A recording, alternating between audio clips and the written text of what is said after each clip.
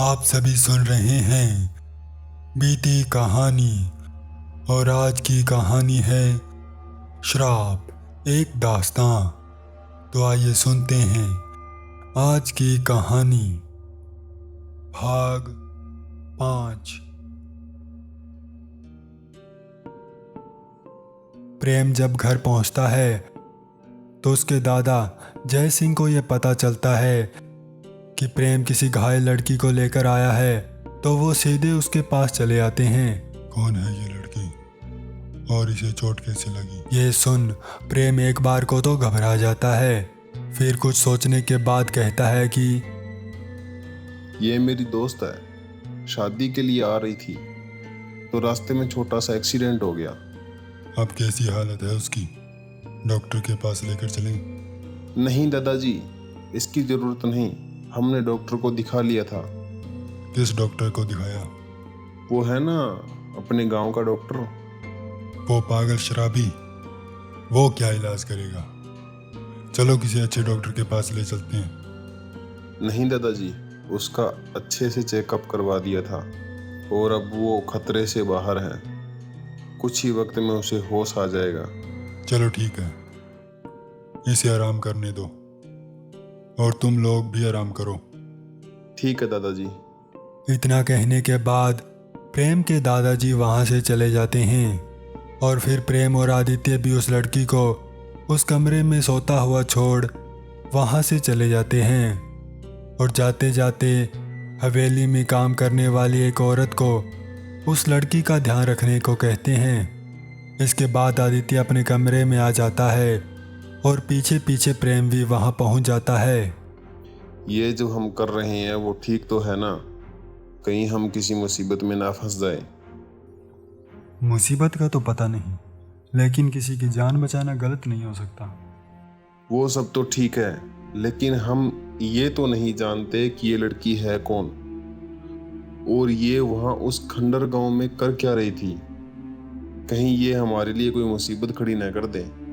एक बार उसे होश आ जाए, फिर हमें अपने सारे सवालों के जवाब मिल जाएंगे। तब तक शांत हो जाओ। इतने में वहाँ पर विवेक भी आ जाता है। अब कैसी है वो और डॉक्टर ने क्या कहा? अब खतरे से बाहर है, जल्द ही उसे होश आ जाएगा। उसकी गाड़ी ले आए? हाँ, वो मैं ले आया। वो सब तो छोड़ो, मुझे एक बात समझ में नहीं आ रही कि आखिर ये सब हो क्या रहा है। पहले वो लड़की आती है, फिर उसके पीछे कुछ लोग आते हैं और उन लोगों को मारकर वो कागज ले जाते हैं। ये कोई साधारण लड़की तो नहीं लगती, कुछ तो राज जरूर है इन सब के पीछे। वो ही मैं सोच रहा हूँ, ये किसी बहुत बड़ी साजिश का हिस्सा लगता है। एक बार उसे होश आ जाए, फिर सब गुत्थियाँ खुल जाएंगी। उन्हें इंतजार करते हुए लगभग 1 घंटे से ज़्यादा हो चुके थे, लेकिन अभी तक उस लड़की को होश नहीं आया था। उनकी बेचैनी और घबराहट बढ़ने लगी थी। उन्हें ये चिंता होने लगी थी कि कहीं उस डॉक्टर ने उनसे झूठ तो नहीं बोल दिया कि ये लड़की ठीक है, इसे ज़्यादा चोट नहीं लगी, कहीं इसे ज़्यादा चोट आई हो। ये सब सोच रहे थे कि तभी वो औरत उनके पास आती है और उन्हें कहती है कि उस लड़की को होश आ गया है। ये बात सुन उन्हें थोड़ी राहत मिलती है कि चलो उसे होश तो आया। वो तीनों दौड़कर उस कमरे में जाते हैं जहाँ पर वो लड़की आराम कर रही थी। जब वो वहाँ पहुँचते हैं तो वो क्या देखते हैं कि वो लड़की बेड पर लेटी हुई है और कमरे में इधर उधर देख रही है। वो उसके पास जाते हैं तो वो लड़की थोड़ी घबरा जाती है। उसकी घबराहट देख आदित्य उससे कहता है, देखो डरने की कोई ज़रूरत नहीं है, यहाँ तुम सुरक्षित हो, यहाँ तुम्हें कोई खतरा नहीं है। वो लड़की कुछ देर उन्हें ऐसे ही देखते रहती है, फिर कुछ देर बाद कहती है, मैं कहाँ हूँ और तुम लोग कौन हो? मैं यहाँ कैसे पहुँची? तुम प्रतापगढ़ में हो, ये मेरा गांव है और अभी तुम मेरे घर में हो। मैं प्रेम हूँ और ये आदित्य, ये विवेक है। अब तुम्हारी तबीयत कैसी है? मेरा सिर बहुत तेज दर्द कर रहा है। तुम्हारे सिर पर चोट लगी है, इसलिए वो दर्द कर रहा है। कौन हो तुम? और उन लोगों ने तुम पर हमला क्यों किया? आखिर क्या चाहते हैं वो? मैं लक्षिता हूँ और मैं उस गांव में कुछ काम से आई थी और फिर अचानक उन लोगों ने मुझ पर हमला कर दिया। इससे ज़्यादा मुझे और कुछ याद नहीं। हम वहीं थे जब तुम पर हमला हुआ। तुम वहाँ कुछ खोज रही थी जब वो लोग आए और तुम्हारे हाथ में किसी तरह का कागज़ था जिसे वो छीन कर ले गए। वो कागज़ क्या था? देखो, तुमने मेरी मदद की, उसके लिए बहुत बहुत शुक्रिया। और मैं बहुत एहसानमंद भी हूँ, लेकिन अब मुझे जाना होगा। मैं यहाँ और नहीं रुक सकती। अगर तुम मुझे वापस उस गांव में मुझे छोड़ सकते हो तो तुम्हारा बहुत बड़ा एहसान होगा। तुम ऐसे वापस नहीं जा सकती। हम घर वालों को क्या जवाब देंगे? वो तुम्हारी सिरदर्दी है, मेरी नहीं। अब मुझे जाने दो। देखो, तुम्हें अभी अभी होश आया है और तुम्हारी तबीयत भी अभी पूरी तरह ठीक नहीं हुई है। और हमने घर पर बताया है कि तुम हमारे दोस्तों और प्रेम की शादी के लिए यहाँ आई हुई हो। और अब अगर तुम अचानक ऐसे चली जाओगी तो हम बड़ी मुसीबत में फंस जाएंगे। तो तुम्हें प्रेम की शादी तक यहीं रुकना होगा। क्या मुसीबत है? तुम समझ नहीं रहे हो। मेरा जाना बहुत ज़रूरी है। अगर मैं नहीं गई तो बहुत बड़ी मुसीबत आ जाएगी। तुम्हें जहाँ जाना हो, जो काम हो, हम साथ चलेंगे और फिर काम ख़त्म कर वापस आ जाएंगे।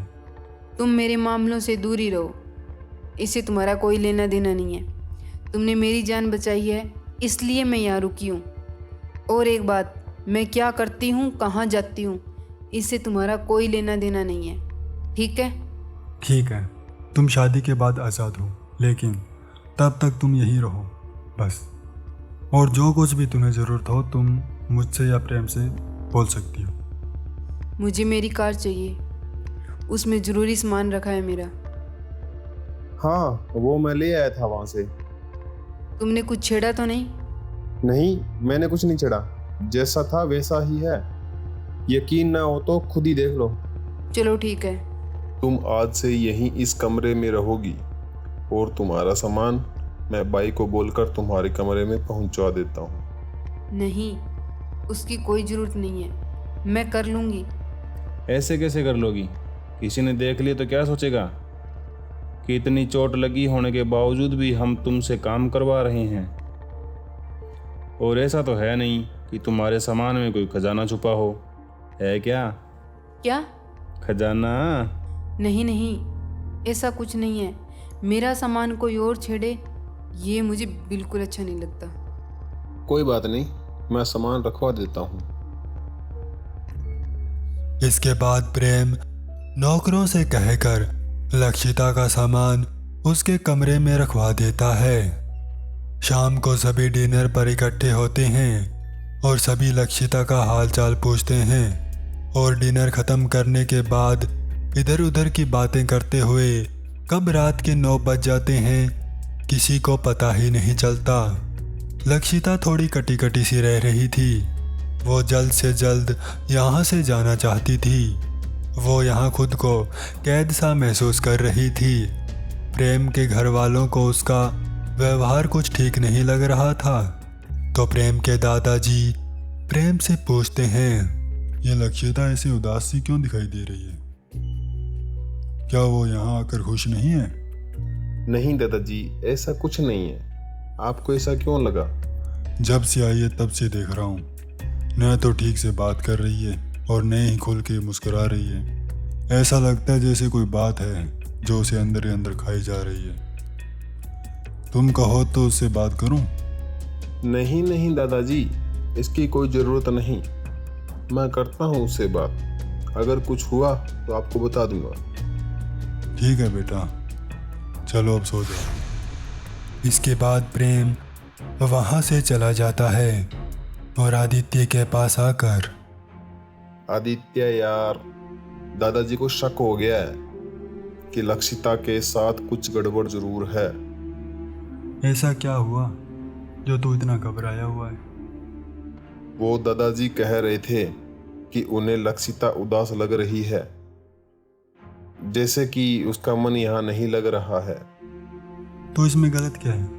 बड़े बुजुर्गों को पता चल जाता है कि उनके बच्चे खुश हैं या नहीं। और अब तुम शांत हो जाओ।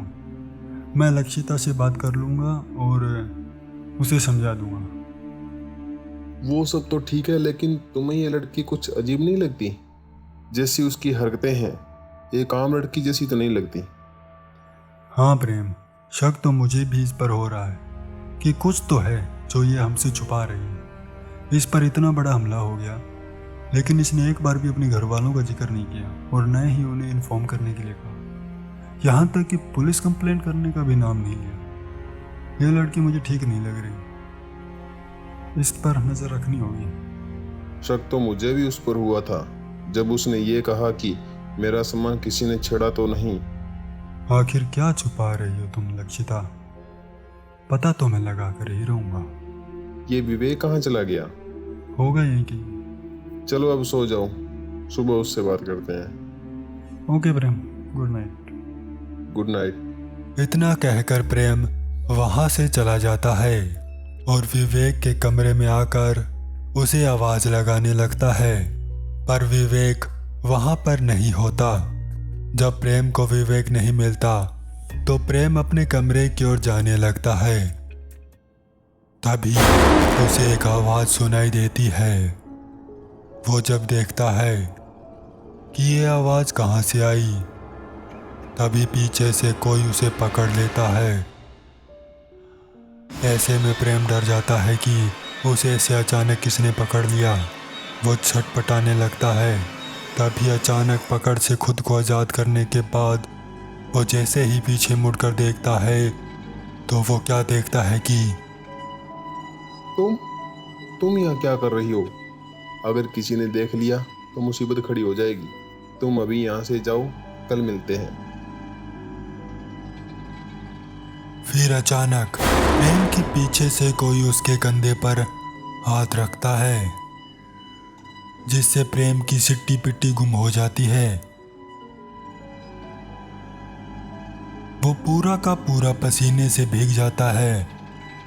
ये अचानक कौन आ गया? किसने मेरे कंधे पे हाथ रखा? कहीं इसने कुछ सुन तो नहीं लिया? ये सब सवाल उसके मन में उठने लगते हैं कि तभी अरे प्रेम, तुम यहाँ क्या कर रहे हो? किससे बातें कर रहे हो? वो मैं देख नहीं पाया। क्या आदित्य था?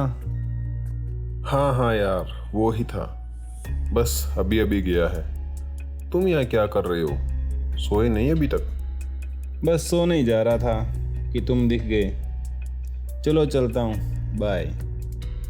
विवेक के जाते ही प्रेम ने राहत की सांस ली। आखिर कौन सा राज है जो प्रेम हम सबसे छुपा रहा है?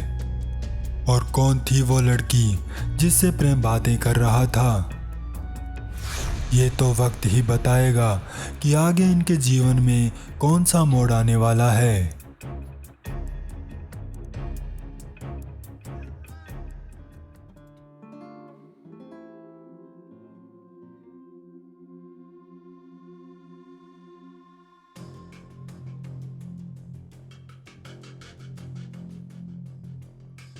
अब इनकी कहानी कौन सा मोड़ लेगी, जानने के लिए सुनते रहिए श्राप एक दास्तां। आपको ये कहानी कैसी लगी हमें ज़रूर बताएं।